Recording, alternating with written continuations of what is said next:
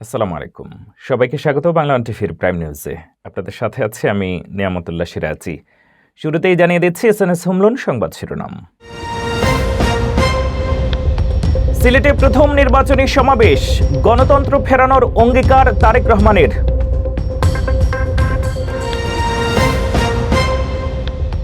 যুক্তরাষ্ট্রের আইস প্রশাসনিক ওয়ারেন্টে অভিবাসীর বাড়িতে প্রবেশ ও গ্রেপ্তার নীতি চালু। ট্রাম্পের গ্রিনল্যান্ড চুক্তি ফ্রেমওয়ার্ক তৈরি, ন্যাটো দেশগুলোর বিরুদ্ধে শুল্ক স্থগিত।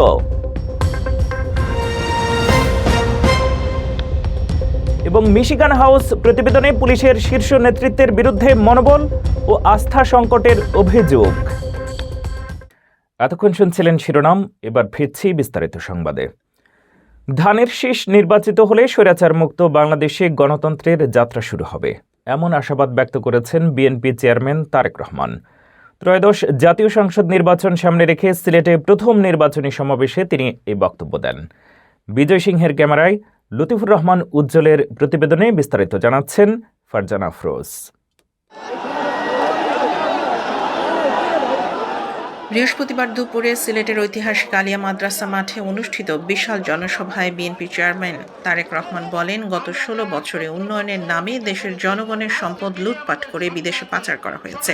ভোটাধিকার ও বাক স্বাধীনতা কেড়ে নিয়ে দেশকে স্বৈরাচারের দিকে ঠেলে দেওয়া হয়েছিল বলেও অভিযোগ করেন তিনি। আমরা গণতন্ত্রের প্রতিষ্ঠার যাত্রা শুরু করেছি, এখনো সেই যাত্রা শুরু হয়নি। ১২ তারিখে ধানের শীষকে নির্বাচিত করার মাধ্যমে গণতন্ত্রের সেই যাত্রা শুরু হবে। তারেক রহমান বলেন, যারা দেশ ছেড়ে পালিয়ে গেছে তারাই ইলিয়াস আলীর মতো বহু মানুষকে হত্যা ও গুমের সঙ্গে জড়িত। তিনি অভিযোগ করেন, গুম, খুন ও মিথ্যা মামলায় বিরোধী নেতাকর্মীদের দমন করা হয়েছে। তারা শুধু ভোটের অধিকার কেড়ে নিয়েই সন্তুষ্ট থাকেনি, তারা শুধু সাধারণ মানুষের কথা বলার অধিকার কেড়ে নেই সন্তুষ্ট থাকে নাই, তারা ইলিয়াস আলী, জুনায়েদ, দিদারের মতন শত হাজারো মানুষকে তারা হত্যা করেছিল সেদিন। তারা বাংলাদেশের লক্ষ লক্ষ বিএনপি সহ লক্ষ লক্ষ সাধারণ মানুষকে গুম খুনের মামলা দিয়ে জর্জরিত করেছিল। তিনি আরো বলেন, দেশ বিদেশে বসে এখনো ষড়যন্ত্র চলছে। এসব ষড়যন্ত্র মোকাবেলায় জনগণকে ঐক্যবদ্ধ ও সতর্ক থাকার আহ্বান জানান বিএনপি চেয়ারম্যান। ২০২৪ সালের ৫ই আগস্ট এই বাংলাদেশের জনগণ প্রমাণ করে দিয়েছে যে বাংলাদেশের জনগণ ঐক্যবদ্ধ থাকলে, ঐক্যবদ্ধভাবে নেমে আসলে যে কোনো ষড়যন্ত্রকে বাংলাদেশের মানুষ প্রতিহত করতে পারে। পারবেন আপনারা প্রতিহত করতে? ইনশাআল্লাহ। আসন্ন নির্বাচনে ধানের শীষকে বিজয়ী করার আহ্বান জানিয়ে তারেক রহমান বলেন, টেক ব্যাক বাংলাদেশ কর্মসূচির অর্ধেক বাস্তবায়ন হয়েছে, স্বৈরাচার মুক্ত করা হয়েছে, বাকি অর্ধেক অর্থাৎ গণতন্ত্র প্রতিষ্ঠার জন্য ধানের শীষকে জয়ী করতে হবে। ওই যে টেক ব্যাক বাংলাদেশে থাকতে হবে। আমরা দেশকে স্বৈরাচার থেকে মুক্ত করেছি, এখন মানুষের অধিকারকে প্রতিষ্ঠিত করতে হবে। শুধু ভোট, শুধু কথা বলার অধিকার প্রতিষ্ঠিত করলে হবে না, মানুষকে স্বাবলম্বী করে নিজের পায়ে গড়ে তোলার ব্যবস্থা করতে হবে। নারীদের জন্য বিনামূল্যে শিক্ষার উদ্যোগ এবং ভবিষ্যতে ফ্যামিলি কার্ডের মাধ্যমে মা বোনদের আর্থিকভাবে স্বাবলম্বী করার প্রতিশ্রুতি দেন তিনি। প্রবাসমুখী জনগোষ্ঠীর জন্য প্রশিক্ষণ ও কর্মসংস্থানের সুযোগ তৈরির কথাও বলেন। আমরা গ্রামে গ্রামে, শহরে শহরে সকল দুস্থ পরিবার যারা আছে, মধ্যবিত্ত, নিম্নবিত্ত সকল পরিবার কাছে ফ্যামিলি কার্ড পৌঁছে দিতে চাই। এই ফ্যামিলি কার্ডের মাধ্যমে আপনার পরিবার, আপনার মা বা আপনার স্ত্রী, আপনার বোনের মাধ্যমে আপনার পরিবার সহযোগিতা পাবে। সবশেষে উপস্থিত নেতা কর্মীদের ধানের শীষকে বিজয়ী করতে পারবেন কিনা জানতে চাইলে লাখো মানুষ হাত নেড়ে সম্মতি জানান। তখন ইনশাআল্লাহ বলে সাড়া দেন তারেক রহমান। কিভাবে এই দেশের তথাকথিত উন্নয়ন করার নামে দেশ থেকে মানুষের অর্থ লুটপাট করে নিয়ে যাওয়া হয়েছে, আমরা এই অবস্থার পরিবর্তন করতে চাই। প্রিয় ভাই বোনেরা, আপনারা কি আমার সাথে আছেন এই অবস্থার পরিবর্তন করতে? আলহামদুলিল্লাহ। এ সময় মঞ্চে উপস্থিত ছিলেন তারেক রহমানের স্ত্রী জোবায়দা রহমান। সিলেট জেলা বিএনপির সভাপতি আব্দুল কাইয়ুমের সভাপতিত্বে বিশেষ অতিথি হিসেবে বক্তব্য দেন বিএনপির মহাসচিব মির্জা ফখরুল ইসলাম আলমগীর। এছাড়া সিলেট ও সুনামগঞ্জের সব আসনের বিএনপি সমর্থিত প্রার্থীরাও উপস্থিত ছিলেন। বিএনপির চেয়ারম্যান তারেক রহমান বলেছেন, নির্বাচনে জেতানোর মালিক একমাত্র আল্লাহ, মানুষ নয়। সিলেটের আলিয়া মাদ্রাসা মাঠে জনসভায় তিনি বলেন, যারা আগে ভাগেই জেতানোর প্রতিশ্রুতি দেয় তারা মানুষকে বিভ্রান্ত করছে। তিনি ভোট ডাকাতির আশঙ্কার কথা তুলে ধরে সবাইকে সজাগ থাকার আহ্বান জানান এবং ধানের শীষে ভোট দিয়ে গণতন্ত্র পুনরুদ্ধারের ডাক দেন। বিএনপি চেয়ারম্যান তারেক রহমান বলেছেন, জেতানোর মালিক একমাত্র আল্লাহ, মানুষ কাউকে জেতাতে পারে না। বৃহস্পতিবার দুপুরে সিলেট সরকারি আলিয়া মাদ্রাসা মাঠে আয়োজিত নির্বাচনী জনসভায় প্রধান অতিথির বক্তব্যে তিনি একথা বলেন। সমাবেশে বক্তব্য দেওয়ার এক পর্যায়ে তারেক রহমান ওমরাহ পালন করে আসা একজন ব্যক্তিকে মঞ্চে ডেকে নেন। তিনি তাকে প্রশ্ন করেন, কাবা শরীফ, দুনিয়া, জান্নাত ও জাহান্নামের মালিক কে? উত্তরে ওই ব্যক্তি বলেন, আল্লাহ। তখন তারেক রহমান বলেন, যখন সবকিছুর মালিক আল্লাহ, তখন জেতার মালিকও আল্লাহ। নির্বাচনের আগে যারা বলছে এই টিকিট দেব, ওই টিকিট দেব, তারা এমন কিছুর কথা বলছে যার মালিক মানুষ নয়। এটা শিরকের শামিল। তারেক রহমান বলেন, দেশের ভেতরে ও বাইরে একটি মহল ভোট ডাকাতির ষড়যন্ত্রে লিপ্ত রয়েছে। যারা অতীতে ভোট চুরি করে দেশ ছেড়ে পালিয়েছিল, তারাই আবার নতুন করে ষড়যন্ত্র শুরু করেছে। এ বিষয়ে সবাইকে সতর্ক ও সজাগ থাকতে হবে। বিএনপি চেয়ারম্যান বলেন, গত 16 বছর ধরে মানুষের ভোটের অধিকার ও বাক স্বাধীনতা কেড়ে নেওয়া হয়েছিল। নিশিরাতের নির্বাচন, ডামি ভোট ও ব্যালট ছিনতাইয়ের মাধ্যমে গণতন্ত্র ধ্বংস করা হয়েছে। গণতন্ত্র পুনরুদ্ধারের সংগ্রামে বহু মানুষ জীবন দিয়েছেন। তিনি বলেন, বিগত সময়ে উন্নয়নের নামে হাজার হাজার কোটি টাকা লুটপাট করে বিদেশে পাচার করা হয়েছে। বাংলাদেশকে অন্য দেশের কাছে বন্ধক দেওয়া হয়েছিল।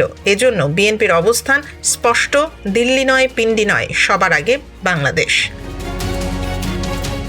আসন্ন ত্রয়োদশ জাতীয় সংসদ নির্বাচনে ধানের শীষে ভোট দেওয়ার আহ্বান জানিয়ে তারেক রহমান বলেন, বিএনপি ক্ষমতায় গেলে কৃষক, নারী ও বেকারদের জন্য কর্মসংস্থান ও সামাজিক নিরাপত্তা কর্মসূচি বাস্তবায়ন করা হবে।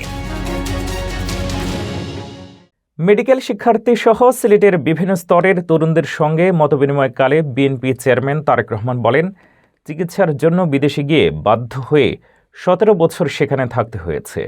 তিনি জানান, বিএনপি ক্ষমতায় এলে 4 কোটি পরিবারকে ফ্যামিলি কার্ড দেওয়া হবে, যার মাধ্যমে মাসিক আর্থিক সহায়তা ও খাদ্য সামগ্রী দেওয়া হবে। পাশাপাশি তরুণদের জন্য কারিগরি ও ভাষা শিক্ষায় গুরুত্ব দেওয়ার কথাও বলেন তিনি। মেডিকেল শিক্ষার্থী সহ সিলেটের বিভিন্ন স্তরের শতাধিক তরুণের সঙ্গে মতবিনিময়কালে বিএনপির চেয়ারম্যান তারেক রহমান বলেছেন, তিনি চিকিৎসার জন্য বিদেশে গিয়েছিলেন এবং বাধ্য হয়ে 17 বছর সেখানে অবস্থান করতে হয়েছে। বৃহস্পতিবার সিলেট সরকারি আলিয়া মাদ্রাসা মাঠে অনুষ্ঠিত নির্বাচনী জনসভায় আগে আয়োজিত এই মতবিনিময় সভায় তিনি এসব কথা বলেন। The plan, youth policy talk with Tarique Rahman শীর্ষক অনুষ্ঠানে তরুণদের নানা প্রশ্ন ও মতামত শোনেন বিএনপি চেয়ারম্যান।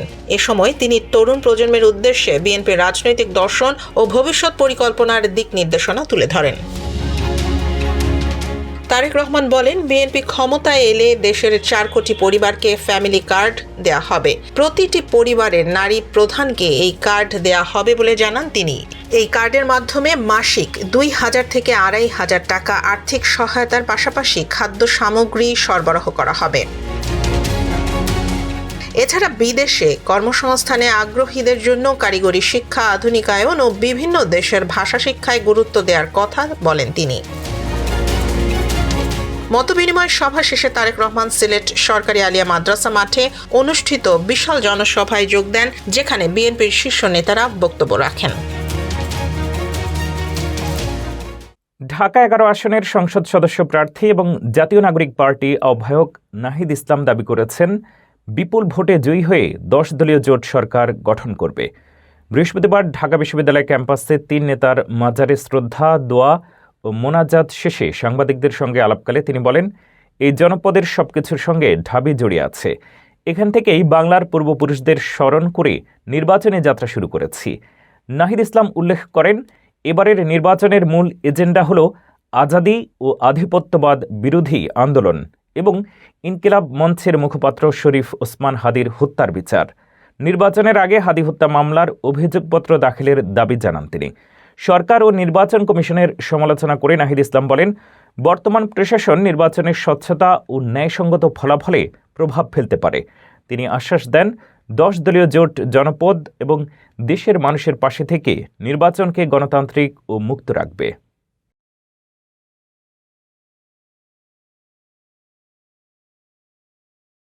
বাংলাদেশে কি হাসিনার যুগ শেষ হতে চলেছে? এমন ইঙ্গিত দিয়েছেন সাবেক প্রধানমন্ত্রী শেখ হাসিনার ছেলে সজীব ওয়াজেদ জয়। আল জাজিরার সাক্ষাৎকারে তিনি বলেন, তার মা রাজনীতি থেকে অবসর নিতে চাইছেন এবং দেশে ফিরলেও সক্রিয় নেতৃত্বে থাকতে নাও পারেন। 2024 সালের ছাত্র জনতার অভ্যুত্থানের পর শেখ হাসিনা ভারতে নির্বাসিত। মানবতা বিরোধী মামলায় মৃত্যুদণ্ড এবং অন্তর্বর্তী সরকারের সময়ে আওয়ামী লীগের কার্যক্রম নিষিদ্ধ থাকায় দলটি আসন্ন নির্বাচনে অংশ নিতে পারছে না। তবু জয় মনে করেন, আওয়ামী লীগের ভবিষ্যৎ শেষ হয়নি। তিনি বলেন, দলটি দেশের সবচেয়ে পুরনো এবং বড় রাজনৈতিক দল, যার 40 থেকে 50% ভোট ব্যাংক এখনও রয়েছে। শেখ হাসিনা থাকুক বা না থাকুক, দলটি টিকে থাকবে। নির্বাচন, সহিংসতা এবং নিষেধাজ্ঞা প্রসঙ্গে জয় অভিযোগ করেন, দলটি দমন পীড়নের মুখে রয়েছে। তিনি পুনরায় বলেন, আওয়ামী লীগ সহিংসতা চায় না। যুক্তরাষ্ট্রের আইস একটি নতুন নীতি অনুসারে বিচারকের ওয়ারেন্ট ছাড়া প্রশাসনিক ওয়ারেন্টের ভিত্তিতে বাড়িতে প্রবেশ করে অভিবাসীদের গ্রেপ্তার করতে পারবে। কর্মকর্তারা প্রথমে দরজায় নক দিবেন এবং পরিচয় জানাবেন। প্রয়োজনে যুক্তিসঙ্গত শক্তি ব্যবহার করতে পারবেন। আইন বিশেষজ্ঞরা সতর্ক করেছেন, এটি 4র্থ সংশোধনী লঙ্ঘন এবং আইনি চ্যালেঞ্জের মুখে পড়তে পারে। যুক্তরাষ্ট্রের ইমিগ্রেশন এবং কাস্টমস এনফোর্সমেন্ট একটি অভ্যন্তরীণ মেমোর মাধ্যমে ঘোষণা করেছে যে তারা বিচারকের অনুমোদন ছাড়াই প্রশাসনিক ওয়ারেন্টের ভিত্তিতে বাড়িতে প্রবেশ করে অভিবাসীদের গ্রেফতার করতে পারবে। মেমোতে বলা হয়েছে, চূড়ান্ত রিমুভাল অর্ডার প্রাপ্ত ব্যক্তিদের জন্য এই প্রক্রিয়া বৈধ, তবে অফিসারদের প্রথমে দরজায় কড়া নক দিতে হবে এবং পরিচয় উদ্দেশ্য জানাতে হবে। প্রবেশে যদি বাধা সৃষ্টি হয় তবে প্রয়োজনীয় ও যুক্তিসঙ্গত শক্তি ব্যবহার করা যাবে। এই নীতি দীর্ঘদিনের আইস নির্দেশনার বিপরীতে, যেখানে শুধুমাত্র বিচারকের স্বাক্ষরিত ওয়ারেন্টে বাড়িতে প্রবেশের অনুমতি ছিল। হুইসেল ব্লোয়ারদের অভিযোগ অনুযায়ী মেমোটি সীমিত সংখ্যক কর্মকর্তা দেখেছে, কিন্তু নতুন অফিসারদের প্রশিক্ষণে এটি ব্যবহার করা হচ্ছে। নতুন নিয়োগপ্রাপ্ত অফিসাররা ট্রাম্প প্রশাসনের বৃহৎ ইমিগ্রেশন অভিযানের অংশ হিসেবে এই নীতি অনুসরণ করছেন। আইন বিশেষজ্ঞরা সতর্ক করেছেন যে এটি 4র্থ সংশোধনী লঙ্ঘন করতে পারে এবং অতিরিক্ত ক্ষমতার অপব্যবহার, ভুল গ্রেফতার এবং গুরুতর আইনগত প্রভাবের সম্ভাবনা সৃষ্টি করতে পারে। অভিবাসী অধিকার সংগঠনগুলো এবং স্থানীয় প্রশাসন এই নীতির বিরুদ্ধে ইতিমধ্যেই সমালোচনা শুরু করেছে। নতুন আইস নীতি দ্রুত আইনি চ্যালেঞ্জ এবং জনগণের সমালোচনার মুখে পড়তে পারে, বিশেষ করে যারা দীর্ঘদিন ধরে বিচারকের ওয়ারেন্ট ছাড়া প্রবেশ না করার পরামর্শ দিচ্ছিল। যুক্তরাষ্ট্রের প্রেসিডেন্ট ডোনাল্ড ট্রাম্প জানিয়েছেন, গ্রিনল্যান্ড নিয়ে একটি ভবিষ্যতের চুক্তির ফ্রেমওয়ার্ক তৈরি হয়েছে, ফলে তিনি ন্যাটো দেশগুলোর বিরুদ্ধে হুমকিমূলক শুল্ক আরোপ করবেন না। তিনি বলেন, অত্যন্ত ফলপ্রসূ বৈঠকের পর আমরা গ্রিনল্যান্ড এবং পুরো আর্কটিক অঞ্চলের বিষয়ে একটি সম্ভাব্য চুক্তির রূপরেখা তৈরি করেছি। ট্রাম্প স্পষ্ট করেননি চুক্তিতে যুক্তরাষ্ট্রের মালিকানা থাকবে কিনা। তিনি শুধু বলেছেন, চুক্তিটি দীর্ঘমেয়াদী এবং নিরাপত্তা, খনিজ সম্পদ সহ সকল ক্ষেত্রে সবার জন্য উপকারী হবে। ন্যাটো মহাসচিব মার্ক রুটে জানিয়েছেন, আলোচনায় মূলত আর্কটিক নিরাপত্তা নিয়ে মনোযোগ দেওয়া হয়েছে। গ্রিনল্যান্ডের ড্যানিশ স্বায়ত্তশাসিত অবস্থা বিষয়টি তাদের আলোচনার মধ্যে ছিল না। ট্রাম্প পূর্বে জানিয়েছিলেন, সেনা ব্যবহার করে গ্রিনল্যান্ড দখলের কোনো পরিকল্পনা নেই। তিনি তবুও দাবি করেছেন, যুক্তরাষ্ট্র ছাড়া অন্য কোনো দেশ গ্রিনল্যান্ড সুরক্ষিত রাখতে সক্ষম নয় এবং অবিলম্বে আলোচনার জন্য প্রস্তুত। এই ঘোষণার আগে ট্রাম্প 8 ইউরোপীয় দেশের বিরুদ্ধে নতুন শুল্ক আরোপের হুমকি দিয়েছিলেন, যা পরে স্থগিত করা হয়েছে।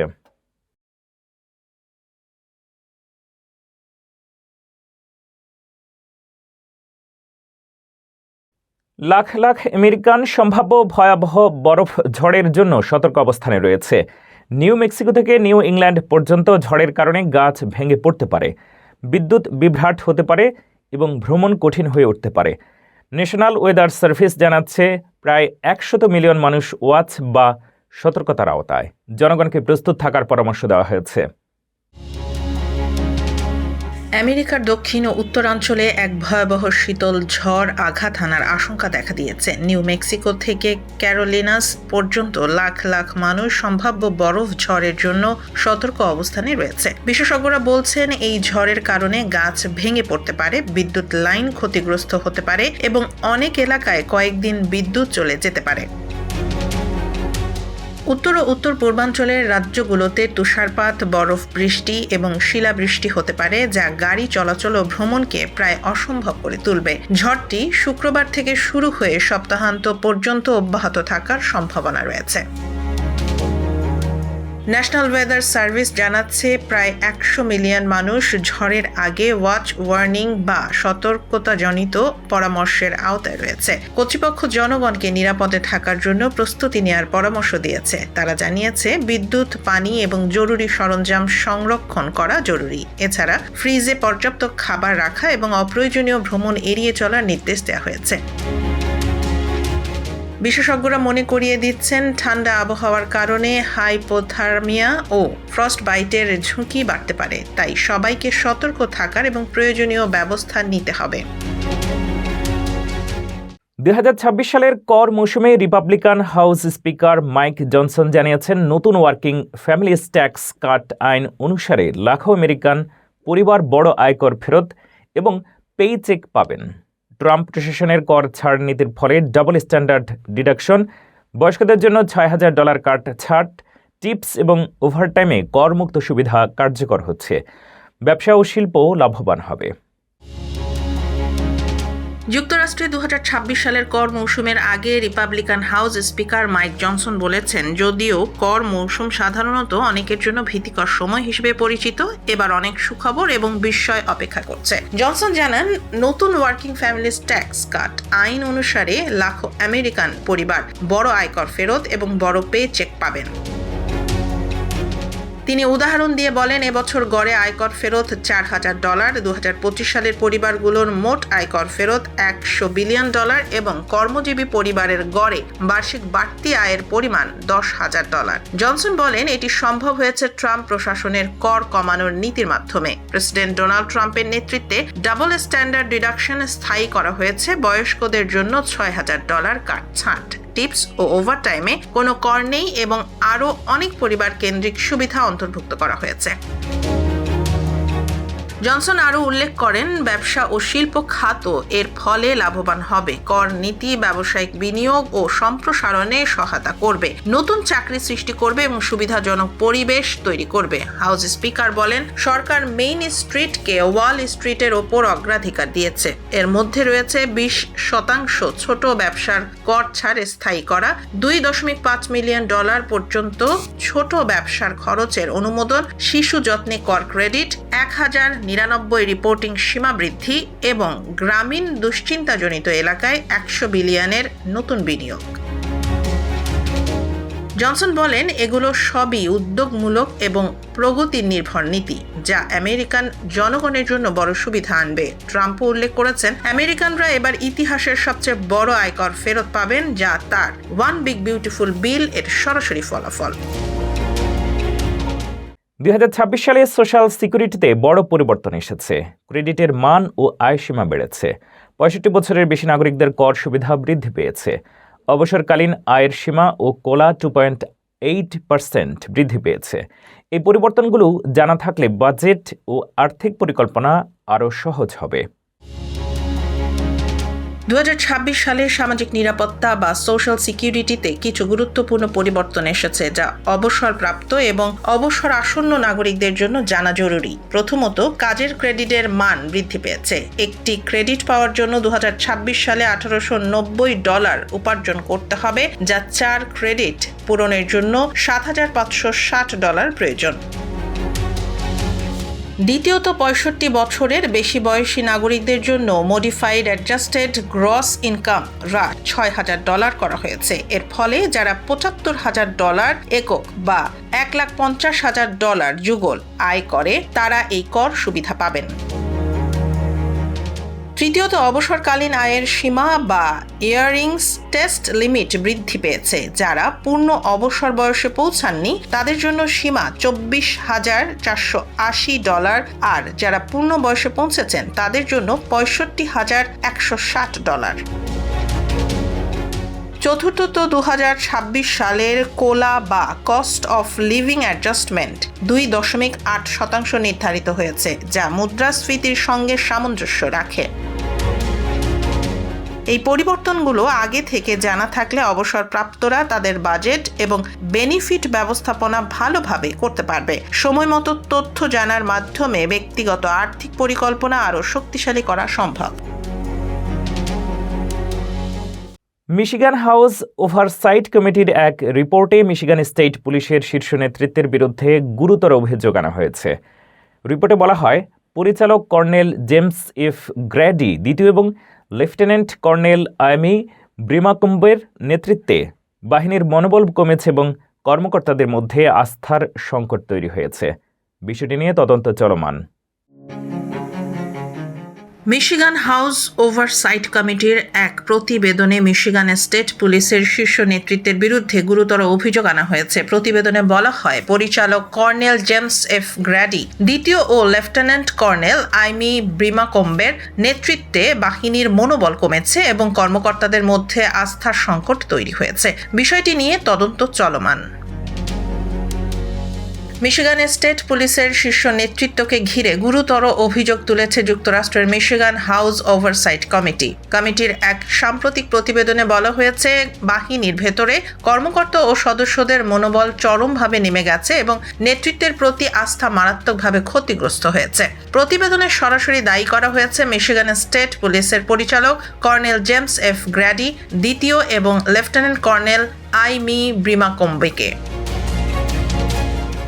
রিপাবলিকান নিয়ন্ত্রিত হাউস ওভারসাইট কমিটির প্রকাশিত এই প্রতিবেদনে 9 জন বর্তমান ও সাবেক স্টেট পুলিশ সদস্যের জবানবন্দি অন্তর্ভুক্ত রয়েছে। তারা অভিযোগ করেছেন, অভিজ্ঞ কর্মকর্তাদের হঠাৎ পদাবনতি, প্রতিশোধমূলক প্রশাসনিক সিদ্ধান্ত এবং মানব সম্পদ বিভাগকে পাশ কাটিয়ে সিদ্ধান্ত নেয়ার প্রবণতা বেড়েছে। এর ফলে বাহিনীর ভেতরে ভয় ও অনিশ্চয়তার পরিবেশ তৈরি হয়েছে বলে দাবি করা হয়। গত মে মাসে Michigan state police troopers association ও কমান্ড অফিসার্স অ্যাসোসিয়েশন নেতৃত্বের বিরুদ্ধে অনাস্থা প্রস্তাব গ্রহণ করে, যা এই সংকটকে আরও সামনে নিয়ে আসে। ডেমোক্র্যাট প্রতিনিধি জেনিফার কনলিন বলেন, জবাবদিহি জরুরি হলেও এই প্রতিবেদন পুরোপুরি দ্বিদলীয় নয় এবং এতে সমস্যার স্থায়ী সমাধান নিয়ে তেমন আলোচনা নেই। এদিকে মিশিগান স্টেট পুলিশের পরিচালক জেমস গ্র্যাডি এক বিবৃতিতে অভিযোগ অস্বীকার করে বলেন, তিনি বাহিনীর সদস্যদের সমর্থন ও জননিরাপত্তা নিশ্চিত করতেই মনোযোগী। বিষয়টি নিয়ে তদন্ত এখনো চলমান। ফিরছি বিনোদনের সংবাদ দিয়ে।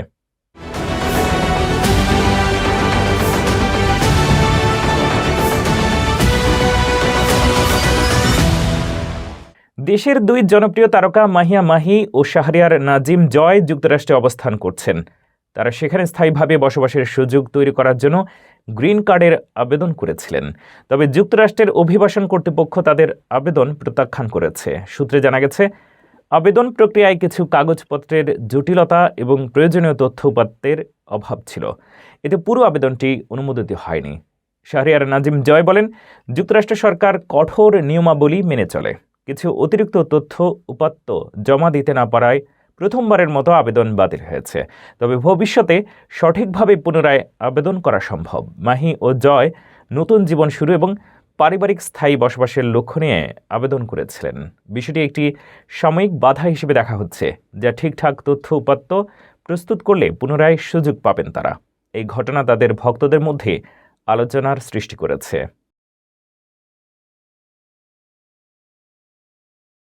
এই ছিল বাংলা টিভির প্রাইম নিউজে।